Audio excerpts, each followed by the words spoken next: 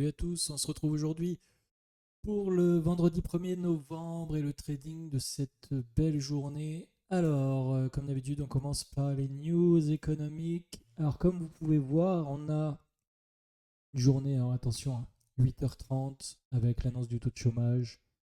Ça peut avoir un impact important. Puis derrière, ça va suivre 9h30, 9h45. 10h avec l'ISM, ça peut être aussi des annonces importantes. Donc on va se retrouver quand même dans un biais entre 8h30 et 10h. Pas évident à trader. Vous allez voir que je suis rentré dans un trade, mais entre les gouttes. Moi, je me fixe toujours une règle de mon côté, c'est les fameuses 15 minutes. C'est-à-dire que je ne rentre pas 15 minutes avant, je ne rentre pas 15 minutes après. Alors, avant, ça dépend. Et quand la news est finie, j'attends 15 minutes. Beaucoup de traders font 5 minutes. Ça peut fonctionner aussi, mais comme moi, en unité principale, c'est le M15, bah, j'attends une bougie, tout simplement. Ok, allez, c'est parti, on passe au graphe. Donc, comme d'habitude, on est sur TradingView. On va commencer par l'euro USD en 15 minutes. Vous avez maintenant l'habitude. Alors, bon, déjà, le contexte. Deux journées. J'ai pas fait de vidéo les 2 derniers jours parce que 2 journées très complexes à trader. Puis honnêtement, j'ai été perdant. Donc, il faudra que je fasse ces vidéos quand ces journées sont comme ça, là, mais très difficile à trader. Les entrées n'étaient pas propres, puis je les ai quand même pris. Et puis, bah voilà, ça m'a. Comme quoi, bah, il faut continuer à travailler. Donc, on se retrouve ici. Alors, vous voyez, ça c'est la journée d'aujourd'hui. Au complet. Puis vous voyez l'impact des news, hein, je pense que c'est très très clair. La news de 8h30 est ici, comme annoncé ici. Et la news de 10h est ici. On voit bien l'impact. Donc on était déjà sur un biais. Je prends le M15. On va essayer de se prendre. On était sur un biais haussier. Haussier. On avait une baisse ici, haussier. Et par contre, dans la nuit, il y a eu toute cette baisse. Il est venu chercher cette zone. D'accord. Ok. Donc, plutôt dans un axe de prendre quelque chose à la baisse, mais on vient du haussier, ok? On vient du bullish. Attention. Donc déjà là, on est dans un contexte pas évident. Juste pour être totalement transparent, voilà la tête du H4. Donc on est baissier depuis un moment. Puis vous voyez là, on a cassé cette zone pour venir haussier. Donc on est dans quelque chose, il se passe quelque chose. Alors comment je vais pouvoir vous montrer ça? Bon, il y avait cette première cassure qui m'intéressait, mais en pleine news. Donc moi j'ai toujours des problèmes de je ne traite pas la news, mais pour autant, est-ce que le price action est à prendre en compte? Donc je l'ai quand même pris, puis finalement, bah, vous voyez là, je ne vais pas rentrer dans le détail, mais je n'ai pas trouvé d'entrée ici. Et tant mieux, parce que bah, voilà, ça s'est effondré derrière. Derrière, on a cette cassure qui pour moi est une belle cassure en fait, parce qu'on vient continuer la descente investie si on gomme les news. Ok? Donc très intéressant. Je vais zoomer, alors comme vous voyez, donc on va se retrouver dans cette zone ici, là, cette zone dessinée là, les 5 minutes. Ok. Qu'est-ce que je cherche en 5 minutes? Je cherche s'il y a une liquidité créée, puis vous voyez la tac, tac, tac, tac, tac. Pour moi, ça c'est parfait. Enfin, c'est pas parfait. Ça serait parfait si on serait tac, tac, tac, mais là, il y a beaucoup trop de mèches, mais c'est la sortie de news qui veut ça. Il est maintenant 10h35, donc je peux retrader, il n'y a aucun problème. Je dessine mes zones. Me retrouve en M1. Et puis bah là, parfaitement. Ok, le price est comme ça. Le price il est là. Tac, tac, tac. Voilà, c'est ces fameuses bougies M5 que je vous ai montré juste avant qui créent ça. Mais moi, ça me va. Ça crée de la liquidité ici. Il vient toucher ma zone. J'ai un pattern d'entrée. Honnêtement, c'est loin d'être parfait. Mais bon, je dessine le Z2, donc la zone d'entrée, et je le place. Et vous voyez, en fait, il a été gagnant. J'ai fait 4,58 là-dessus. Mais c'est pas de tout repos. Hein, parce que, tac, je viens chercher un BE. Je reviens, je retouche presque ma zone d'entrée. Nanana, je suis en BE. Nanana, finalement, il vient là. Bon, je sors. Puis finalement, Finalement, si on regarde ça avec du recul, la vraie baisse, elle était après. Puis j'ai essayé de revoir en replay comment le prendre ici, là. Donc il y a cette cassure-là qu'il faut considérer comme un chose, etc., etc. Bon, bref. Donc je suis positif, mais c'est pas non plus le trade de l'année, pour être franc, en termes de price action. Ok, on passe au GPP. Donc bah forcément, hein, on se retrouve dans quelque chose qui ressemble un petit peu. On est là, sauf que là on est haussier à la base. Il y a cette zone qui nous intéresse, c'est-à-dire à l'ouverture de Londres. Ça casse ici, on s'entend que c'est pas la cassure de l'année, je vais quand même la noter. La fameuse news qui se fait s'est envolée. Par contre, ici, il y avait quelque chose d'intéressant, c'était de se dire, oh, il recasse là. Et on sait que c'est une hausse qui est artificielle dans le sens où elle provient de la news. Et quand c'est comme ça, bah, des fois, je me mets un petit 0,5 sur le, comment dire, l'action du prix dans la zone extrême inverse. Là, la zone extrême inverse, elle est ici en rose. On vient, il y a un magnifique, bah là je pense que vous voyez, un magnifique change of character qui est là, qui vient de cette zone-là, qui était déjà avec une balance, qui recasse avec une balance. Donc pour moi, ma zone d'entrée est claire, elle est là. Et puis je me dis, je vais aller chercher ça. Et puis bah, là, par contre, ça fonctionne super bien. Puis d'un niveau probabilistique, bah, ça fonctionne bien. Hein, parce que si je résume, je suis aussi. Tac, tac, tac, tac, tac, tac. J'ai une énorme poussée à la hausse suite aux news. Il vient corriger. Il repousse avec la news. Et il va heurter la zone définie, qui était une supply, définie bien plus tôt. Donc il y a de grandes chances qu'il veuille réintégrer, corriger pour revenir dans la zone de chat pour remonter. Au final, qu'est-ce qu'il fait? Je profite de cette correction baissière que je trade. Parfait. Mais j'étais prêt à sortir avant le 4-8. Et en fait, c'est même pire que ça. Il va continuer la chute pour combler cette énorme imbalance due à la news. Et ça, je ne suis pas resté. Puis, comme je vous l'ai déjà dit, là, je prends le 4,58, c'est parfait. Pas besoin de prendre plus. Il ne faut surtout pas regretter de ne pas avoir le reste. Ok, on passe sur l'or. Alors, vous savez, hein, l'or, moi, c'est quelque chose. C'est un instrument que j'ai beaucoup de mal à trader. Mais bon. Alors, qu'est-ce qui se passe? Reprenons. On a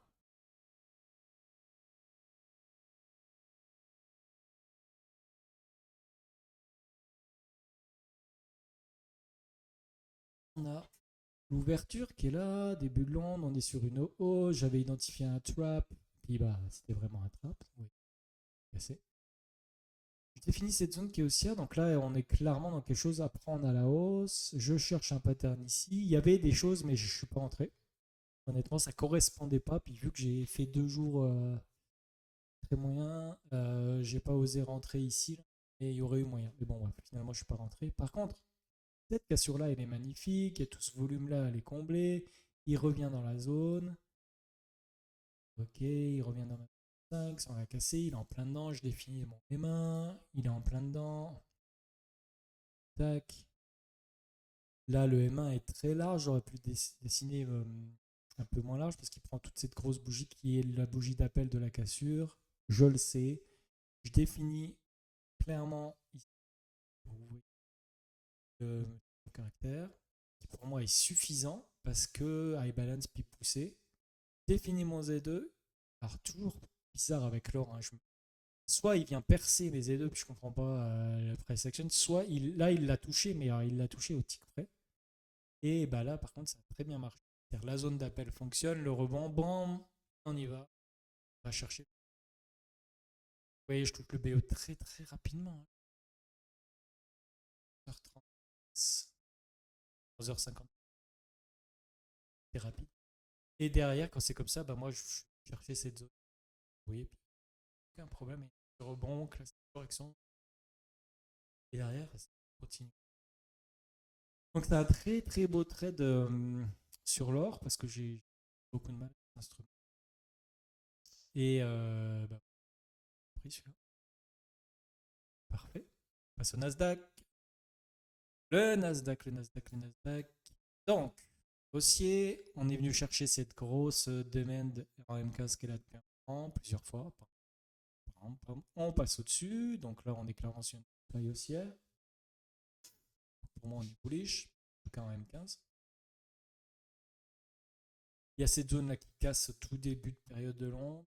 Bien sûr, je ne suis pas levé. Hein. Je dessine ça quand moi je me sur les marchés à peu près à 8h, heure de l'Est, 7h45. Pour trader. Ça, c'est que si ça revient dans cette zone, ça va être intéressant. Et puis c'est celui-là que j'ai pris un peu entre les gouttes, vous allez voir. Et honnêtement, c'est limite hein, quand même. Donc là, est-ce qu'on a de la création d'indécision acheteur-vendeur? Oui, très clair.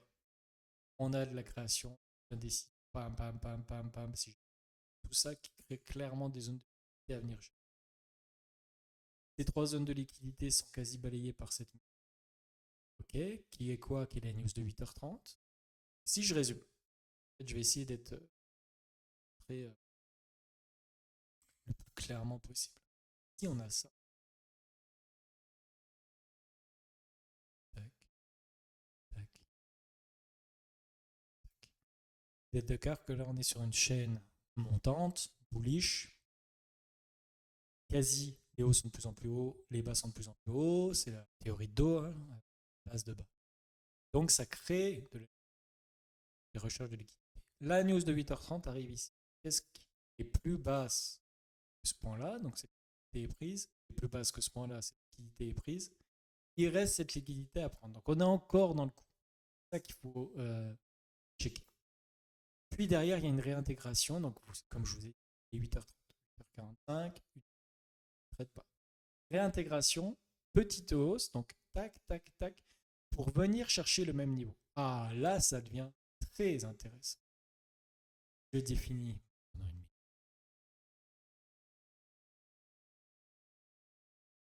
Ok. Et je sais que j'ai la news à 10h.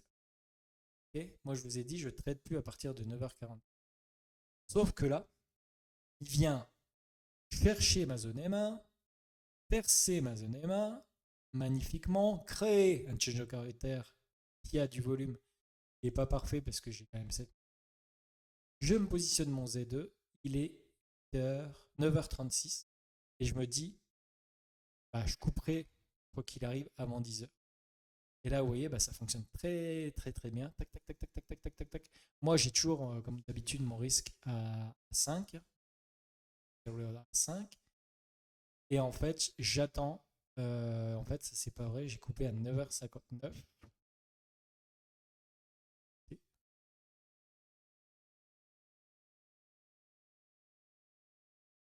J'ai coupé et j'ai dû faire moins de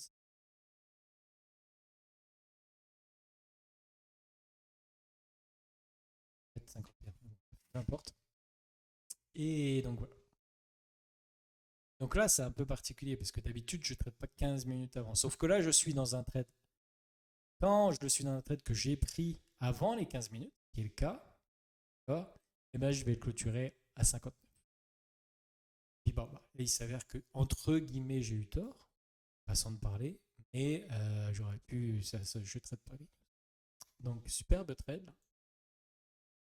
Beaucoup de mal ces quelques derniers jours sur le Nasdaq. Je ne comprenais pas. Il y avait jamais de correction. C'était quasi unidirectionnel. La stratégie ne fonctionnait pas. Mais bon, pas un retour à la normale.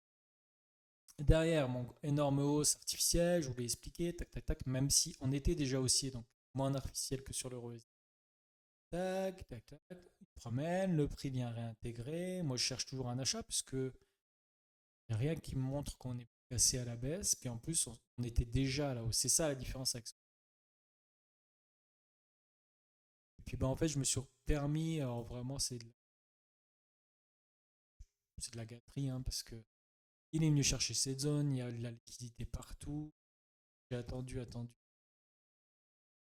Et puis en fait, il vient percer, il me crée un chose qui est magnifique avec de la liquidité. Je dis, allez, allez, je vais en placer un petit ici. Je vais pas prendre trop de risques. Je crois que j'ai mis à 0,5. Puis en plus, je vous ai stop. Puis au final, je suis venu juste chercher cette zone-là. Puis j'ai eu. Et je prends 0,81. Donc je prends même pas 1% de mon capital parce que. Donc c'était. En fait, c'est moyen ce trade-là. il aurait été intéressant, comment dire, j'avais eu le courage de prendre, mettons, ah oui, parce que là, 3, pas eu le courage. Bon, on passe au DAX, sûrement mon préféré.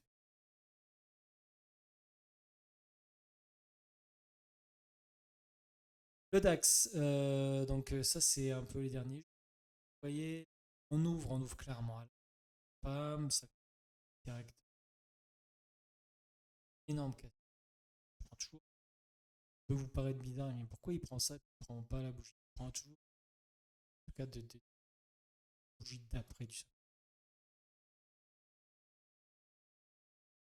Puis au final, qu'est-ce que j'ai vu sur le DAX? Bah, cette opportunité ici, vous voyez, hein, ça vient casser, je dessine la zone, il vient réintégrer.